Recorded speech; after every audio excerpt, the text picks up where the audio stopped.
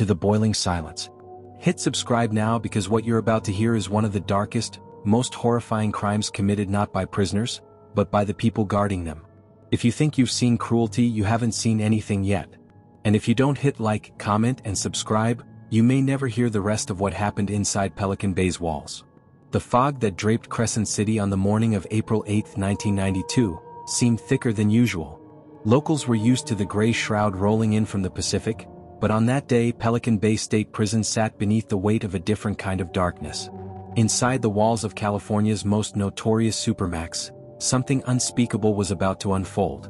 Something that would scar not just the flesh of a man, but the conscience of a nation. His name was Vaughn Dortch.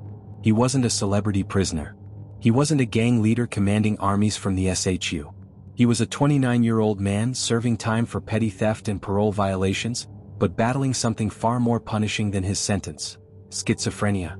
His mental illness, untreated and misunderstood, made him vulnerable. Vulnerable to his own delusions. Vulnerable to other inmates. And, most tragically, vulnerable to the men in uniform who were supposed to ensure his safety. A mind unraveling. Prison medical records painted a grim picture. Vaughn Dortch had a history of delusional thinking. He often rambled about demons, voices, and shadows that followed him. He smeared feces on himself to ward off imagined spirits, convinced that filth would keep the evil away. Guards mocked him. Other inmates kept their distance. He was the crazy one. But to a prison like Pelican Bay, engineered to cage gang shot callers, violent predators, and hardened lifers, mentally ill men like Dortch were nothing but an inconvenience. There were no robust psychiatric programs. No therapists waiting behind thick glass. Just cells, cold steel doors, and guards who had neither the patience nor the training to deal with minds unraveling behind bars. So when Dortch spiraled into another delusional episode that spring, the staff didn't respond with care. They responded with force. The order. On April 8th, correctional officers decided Dortch needed to be cleaned.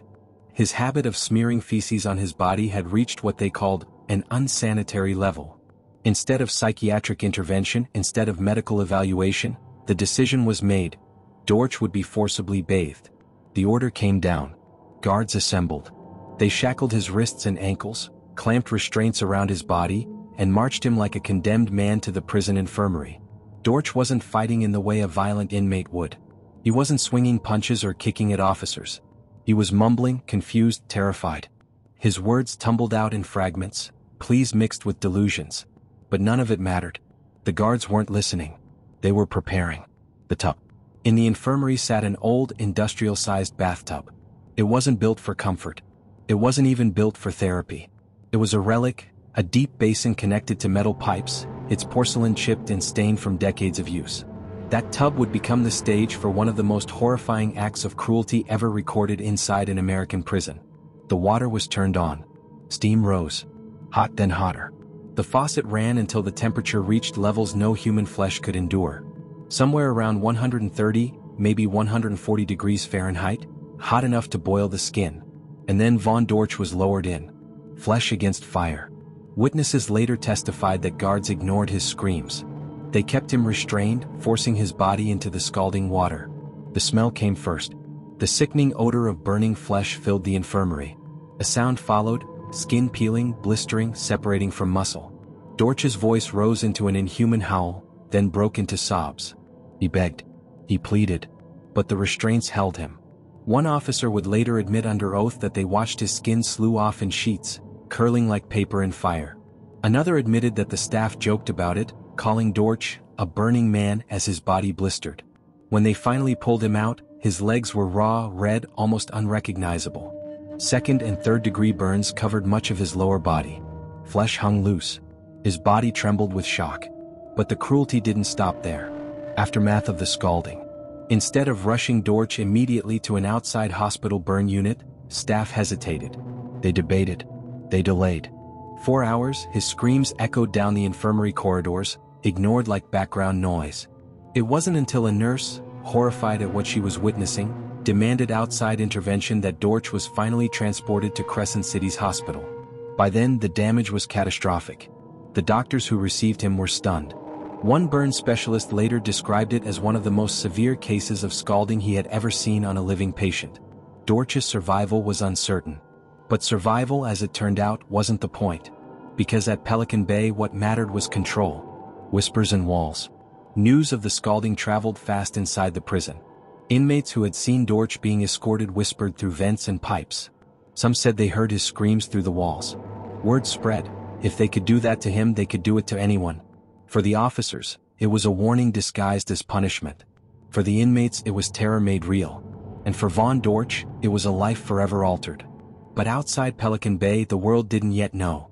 The scalding of Vaughn Dortch might have stayed buried inside those concrete walls, just another incident report, if not for what came next. Because what happened in April 1992 would not fade quietly into bureaucratic silence. It would spark lawsuits, investigations, and a reckoning inside one of America's most secretive prisons. The first crack in the armor. Weeks later, photographs of Dortch's burns surfaced. Charred legs, blistered skin. Medical charts that told a story of deliberate, avoidable torture. Attorneys from the prison law office and advocacy group caught wind of the case. They had been building a class-action lawsuit against Pelican Bay, alleging systemic brutality and constitutional violations. And in Vaughn Dortch they found their flashpoint. This wasn't rumor. This wasn't hearsay from inmates.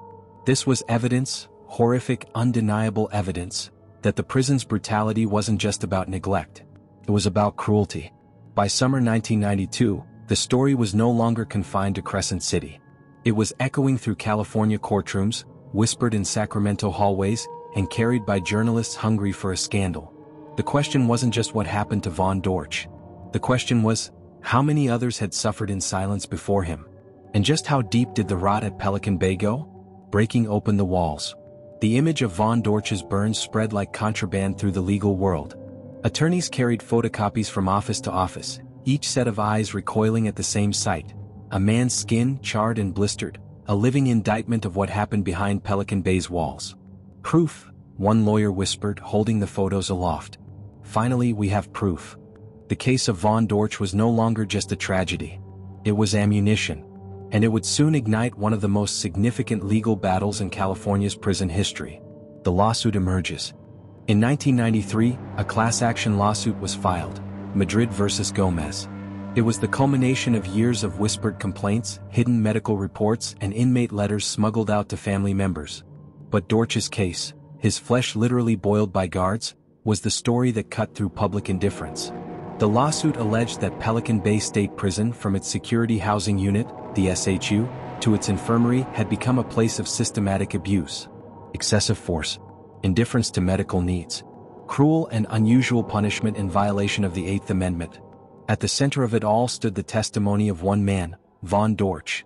Inside the courtroom. When the trial began, the courtroom filled with a strange mixture of lawyers, journalists, and correctional officers in uniform. Every testimony felt like peeling back the concrete walls of Pelican Bay. One by one, experts stepped forward. Psychiatrists spoke about inmates driven to madness by years in solitary confinement. Doctors described untreated wounds, ignored medical requests, suicides brushed off as normal. And then came the staff themselves. Some guards broke rank. They admitted under oath what they had seen, or even participated in.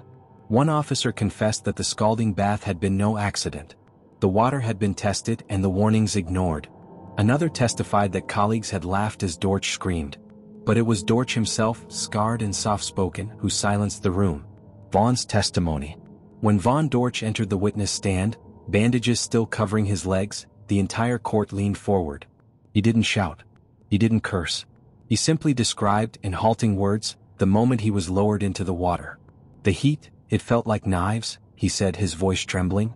I begged them to stop. I told them I couldn't take it. But they held me there. The smell of burning flesh haunted him.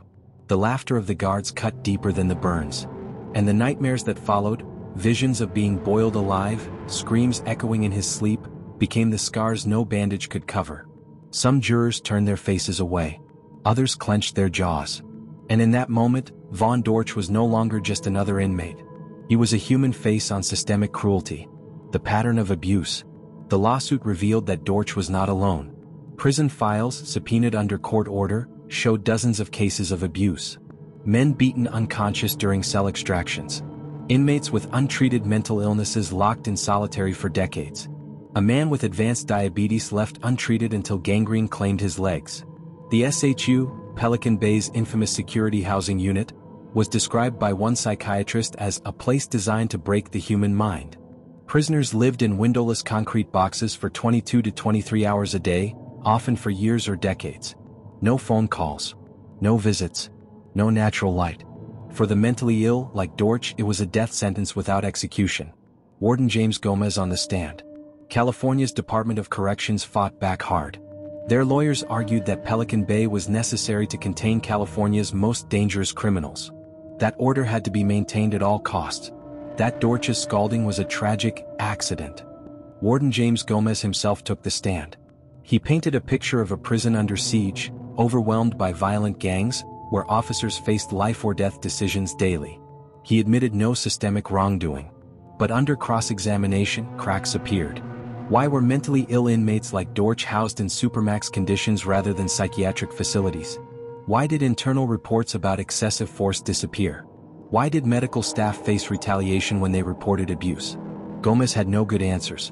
Public outcry. As the trial unfolded, the media latched onto the story. Headlines screamed across California papers. Scalded alive in Pelican Bay. Inmate abuse allegations rock state prison system. Madrid versus Gomez. The trial that could change Supermax prisons forever. Families of inmates gathered outside the courthouse, holding up signs with names of loved ones who had died inside Pelican Bay. Activists marched. Editorials demanded reform. And inside the prison, inmates banged on their cell doors, passing the news like a chain of sparks. For the first time they felt the outside world listening. The judge's words. After months of testimony, U.S. District Judge Thelton Henderson delivered his ruling in January 1995. He condemned Pelican Bay for a culture of violence that violated constitutional protections. He called the treatment of the mentally ill a failure of such magnitude that it shocks the conscience. And in words that would be quoted for decades, Henderson declared, "The Eighth Amendment does not permit a state to inflict cruel and unusual punishment on any person, regardless of what that person has done." The scalding of Vaughn Dortch became the symbol of that cruelty. Change on paper. The court ordered sweeping reforms. New mental health services. Oversight for use of force. Monitoring of solitary confinement conditions. Guards were warned, administrators reshuffled, and advocates claimed victory. But inside Pelican Bay, change was slower. Inmates still whispered about beatings. Guards still joked about gladiator fights. And the SHU remained what it had always been, a concrete tomb. The ripple effect. Judge Thelton Henderson's ruling in Madrid versus Gomez wasn't just words on paper, it was a thunderclap. It forced Pelican Bay, and by extension the California Department of Corrections, to confront its ugliest truths. Mental health units were ordered. For the first time, Pelican Bay had to create a psychiatric care system for inmates like Dortch. Oversight committees were installed. Reports of abuse had to be logged, reviewed, and addressed. Training programs were mandated. Guards could no longer claim ignorance about dealing with the mentally ill. But reform on paper doesn't always mean reform in practice. Life in the SHU after Madrid. In the years following the ruling, Pelican Bay's Security Housing Unit, SHU, remained a crucible of despair. Inmates were still locked in windowless cells for 22 to 23 hours a day. Contact with the outside world was almost non-existent. For those with fragile minds, the isolation was crushing. Psychologists reported men pacing in endless circles, talking to voices only they could hear, or mutilating themselves just to feel something real. The lawsuit had highlighted the problem, but the state's response was piecemeal, fragmented. The system was too vast, too entrenched, too resistant to change. And so, even after the world had seen Dortch's burns, Pelican Bay's walls still echoed with suffering. Dortch's personal legacy. For Vaughn himself, the scars were both physical and symbolic. Inmates whispered about him like a legend, a man who had been boiled alive and lived. Some looked at him with pity, others with respect. Among the mentally ill prisoners, he was proof that their pain could be seen. But Dortch's reality was crueler. He carried constant pain in his legs. He fought hallucinations. He spent his days navigating a system that had nearly killed him, knowing full well it might do the same to others. Journalists sought him out. Lawyers quoted his testimony. But when the cameras and microphones left, he was still alone, scarred, and forgotten inside his cell. The wider battle. Dortch's story became fuel for a broader movement. Advocates used his case to challenge solitary confinement nationwide. By the 2000s, Pelican Bay was under relentless scrutiny. 2001. Reports revealed that some inmates had been in the SHU for over 20 years without a single disciplinary infraction. 2011. Inmates launched a hunger strike, thousands refusing food in protest of indefinite isolation. 2013. Another hunger strike, this time involving nearly 30,000 prisoners across California, echoed the cry, "End the SHU." In every article, every protest, Vaughn Dortch's name reappeared. His case had lit the fuse decades earlier. For Vaughn Dortch, however, the lawsuit brought something rare: acknowledgement. He received medical care, a settlement, and a place in history as the man whose suffering forced the system to face itself. Yet Dortch's own scars never faded. Neither did his nightmares. The ghost of April 1992. In the years after, lawyers would point to his case again and again. Human rights organizations would cite it in reports. And every time Pelican Bay was challenged in court, Dortch's name resurfaced. But for him, the legacy was bittersweet. He had survived the fire, but he was forever bound to it. And in Pelican Bay, the whispers never stopped. Because as much as the lawsuit forced reforms, everyone inside those walls knew. One man's suffering had exposed the system, but the system itself remained alive. The fire that never went out. Subscribe now, because this story doesn't end in the courtroom. The scars of Vaughn Dortch carried far beyond Pelican Bay, and what he endured changed the conversation about prisons forever. But the truth is darker than you think. Some wounds never heal and some fires never go out. A man scarred, a system exposed. When Vaughn Dortch was discharged from the hospital, the doctors said his survival was nothing short of a miracle. His legs, mottled with scar tissue, bore the marks of heat so intense that flesh had peeled away in strips. Every step became a reminder. Every restless night, his body remembered the water and the laughter of the guards who held him down. He was transferred out of Pelican Bay soon after the lawsuit gained traction, but that didn't mean he was free. Prison remained his reality. His mental illness, poorly treated, kept him in the system. But in the eyes of lawyers, advocates, and even judges, Dortch was no longer invisible. He was the man who forced California to look into the mirror. And what it saw wasn't pretty. Reform, but at a price. By 2015, after yet another lawsuit, Ashker versus Governor of California, the state agreed to limit indefinite solitary confinement. Step-down programs were created. Thousands of SHU inmates were reviewed and transferred. Advocates celebrated. Newspapers declared victory. Pelican Bay's era of endless solitary was, at least on paper, over. But the scars remained. Inmates who had spent decades in concrete boxes found freedom overwhelming. Some reoffended. Some killed themselves. Some, like Dortch, struggled to live outside of trauma's shadow. The system had changed, but it had already broken thousands of men. The man behind the symbol. For the rest of his life, Vaughn Dortch remained a haunting figure. His name was written in legal textbooks, his story told in documentaries and classrooms. But behind the symbol was a man who had endured something unspeakable. He once told a lawyer, "They burned me but they couldn't kill me. Maybe that's worse. Because I have to remember it every day." Those who worked with him said he rarely smiled. He often stared at his legs, silent, as if still listening to the echoes of his own screams in that infirmary tub. A prison that haunts California. Pelican Bay State Prison remains one of the most infamous facilities in the United States. For some, it represents the state's determination to control its most dangerous inmates. For others, it stands as a monument to cruelty and the failure to treat prisoners as human beings. The Dortch case continues to haunt its legacy. Whenever policymakers debate solitary confinement, whenever activists march against prison abuse, his story resurfaces. It is the proof no one can ignore. A man scalded alive while guards laughed. The fire never went out. 30 years later, the details are still difficult to speak aloud. A bathtub, shackles, boiling water, the stench of burning flesh. But in that horror lies a truth. Change doesn't come from silence. It comes from scars. Vaughn Dortch never asked to be a symbol. He was a man broken and ill who needed care. What he got instead was torture. Yet from his suffering came a light so bright it pierced the walls of Pelican Bay and forced the world to look inside.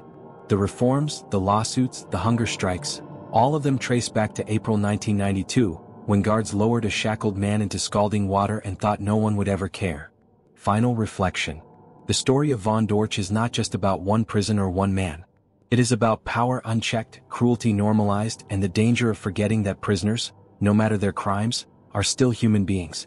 And as long as Pelican Bay stands, his ghost will linger in its corridors. Every guard who walks past the infirmary tub will know. Every inmate who whispers his name will remember. The fire they lit in 1992 never went out. It burns still, in scar tissue, in lawsuits, in the conscience of a state forever marked by what happened behind those walls. They thought the world would forget him. But decades later, every time someone asks about Pelican Bay, the same name comes back to life: Vaughn Dortch. The man who was burned alive, and lived to tell the world what the system tried to hide.